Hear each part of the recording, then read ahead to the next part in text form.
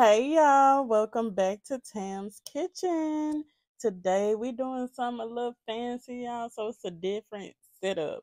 But we got some seafood mac, some lobster tail, some lamb chops, and some broccolini because we are making Valentine's Day dinner, y'all. It's gonna be so good.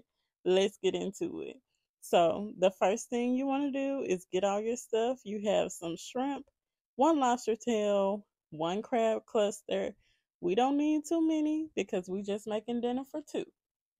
Sharp cheddar cheese and this is for our mac and cheese. Some Gouda cheese shreds, and we're gonna use some mozzarella cheese. Now that lobster tail is not for the mac and cheese. It's just a lobster tail that I'm gonna make. And we're gonna use these fancy noodles, y'all. I can't pronounce their name up there, but y'all see it. That's why I showed y'all. Y'all go get them noodles because this Valentine's. We're gonna use some half and half, some paprika. We're gonna use some garlic powder, some Old Bay seasoning. You gotta have Old Bay if you're making seafood. You got some black pepper, of course, some crushed red pepper flakes. Y'all, I'm always cooking with crushed red pepper flakes and some Creole seasoning. Now this is our rack of lamb, and we're just gonna use some pepper and some sea salt, coarse, and some rosemary, thyme, garlic, and butter to base. But as far as seasoning the lamb chops, we're just using that coarse sea salt and pepper. And now I'm showing you here that you want to just cut in the middle of those two bones so you can get the most meat possible. And you should be able, if you have a sharp enough knife, you should be able to just slice down through that lamb chop like butter. Now this is an end piece, so it looks smaller, but once you start to get to the middle of the rack, then you'll see that the pieces get a little bit chunkier and wider. So once I'm showing you again here that I'm cutting directly in the middle, and you get a good size lamb chop that way. And I'm going to show you how it looks. It looks just like that. Real cute, real thick, baby. We want it thick. Okay? What Beyonce say? Thick. Now that white part right there is just fat. If you don't want that fat on there, then of course cut it off. I like it on there. It gives it so much more flavor. But of course, if you do not want it, then cut it off.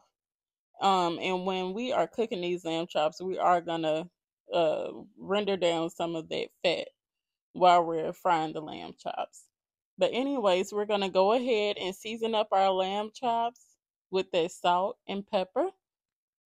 So you just wanna season your lamb chops with that salt and pepper, and now we flipped it over to the other side, and we're gonna do the same thing on the other side. We want every piece of these lamb chops to be well seasoned and flavorful. So you eat both sides, you're gonna season both sides. Okay. Now in our skillet, we have some olive oil, and this is what we're gonna cook our lamb chops in. As you can see, I don't have much olive oil at all. And I'm just gonna place the lamb chop in the skillet on its side, that side that I told you that had the fat on it, and we're gonna render down the fat. Yes, that's what we're doing now. We're gonna place those lamb chops in the skillet on this side, and they should stand up good, just like that. Just like that. They should just go ahead and stand up. And you want to cook that for about 2 to 3 minutes on this side until you get a good crisp. Now you want to cook this on medium high heat so we can get that crust that we want. As you can see, I got a good crust. And we're laying them flat and cooking them for about 3 minutes on each side, depending on how done you want your lamb chops to be. I don't like mine's well done. So I'm cooking them 3 minutes on each side on medium high heat so I can get that good crust there.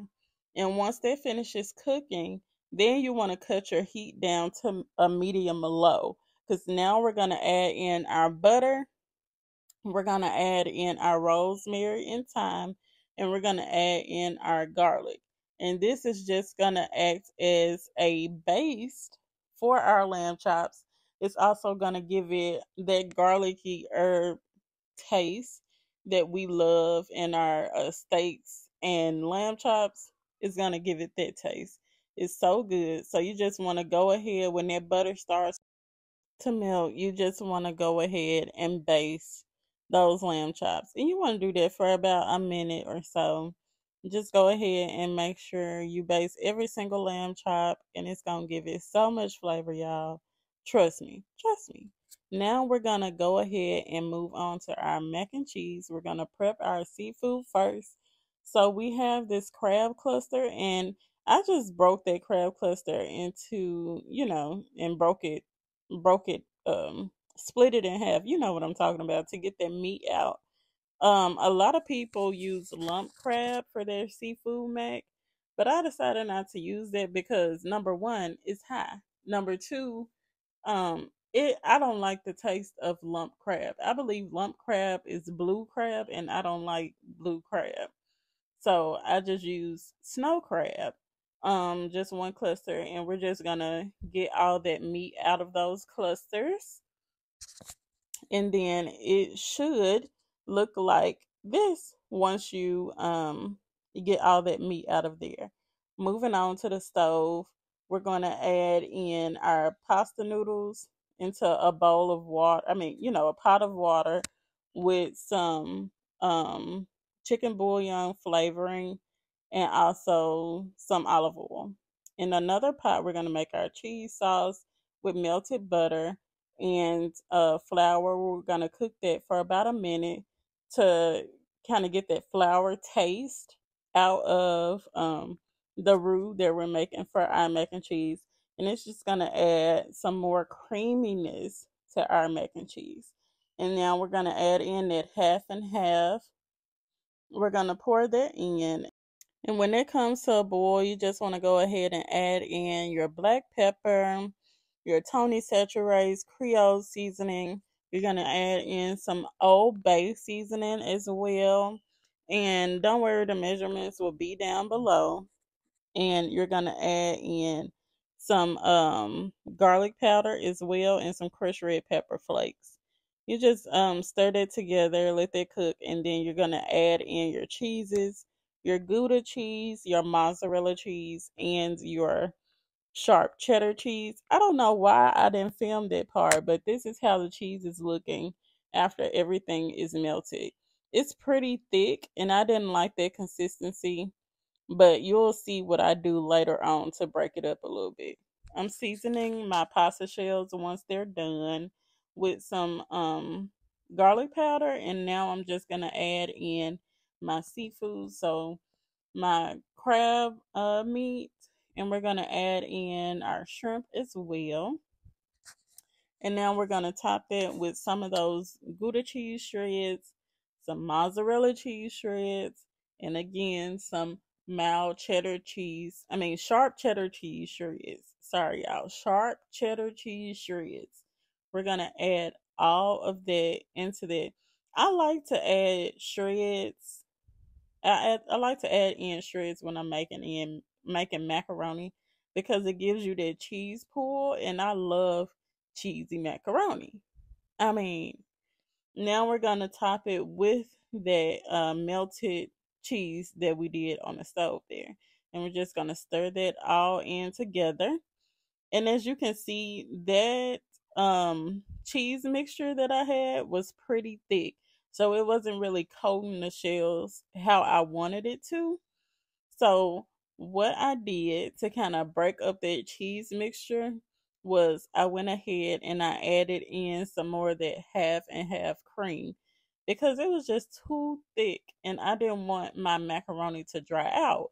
And then you don't want your boo to be choking, boo. You don't want him to be eating your macaroni and like, like, what you put in there? I can't swallow it. No, you want to go ahead and add in some more milk, half and half, heavy cream, whatever you're using to kind of break up that cheese, and you want to just stir that in some more as much as you can. Now I added in some more shrimp to the top just to make it look pretty. You know, it's all about presentation. Okay. Then we're gonna top that with some the sharp cheddar cheese, and we're gonna also top it with some mozzarella cheese, and we're gonna put some parsley flakes and paprika on top as well. Bake this on 350 for about 15 to 20 minutes so that our seafood can be done and you'll be done with it. Now moving on to our lobster tail, y'all. Be careful when you're cutting this lobster tail, cause baby, look at that. I almost cut my finger off trying to cut a lobster tail. But anyways, you just want to split it down the middle. Once you get it down the middle, you want to just open the shell up. Try not to break it because it's presentation. Again, we want everything to look pretty. You pull out that meat and you just lay it right on top. Right on top, right there. It's going to look pretty. Look at it. Okay? Now we're just going to butterfly that meat. Just pull the skin back. We're going to use some olive oil so to coat that lobster meat, and we're gonna season this lobster tail with some Old Bay seasoning. We're gonna use some crushed red pepper flakes, of course, because y'all know this is my favorite thing to add to every single thing. Crushed red pepper flakes. Like, I've come to the realization that that's just like my kryptonite or something. I don't know. I love the spice. But anyways, go ahead and add those crushed red pepper flakes to it as well. And then we're gonna add in some parsley just to make it look cute, make it look pretty. Bake it on high broil for about 5 minutes. And now look at our macaroni and cheese, y'all. Look at that mac and cheese. You can't tell me that don't look good, but it tastes just as good. Okay? Now we're gonna plate up our food. That lobster tail that we broiled on high for about 3 to 5 minutes, depending on how thick your lobster tail is. We're gonna plate that, and we're gonna plate our lamb chops. Just make it look fancy. Lean it up against the lobster tail. Now we're gonna put on our broccolini because we're bougie. We're cooking broccolini, and then our macaroni and cheese. And y'all, I had to bring y'all in closer so we could get personal of how good this food is. Okay? Y'all gonna impress y'all boo with this. Don't forget to like, comment, and subscribe. Pour you up some Taylor Port, y'all, but not too much. And come back for the next one. Bye.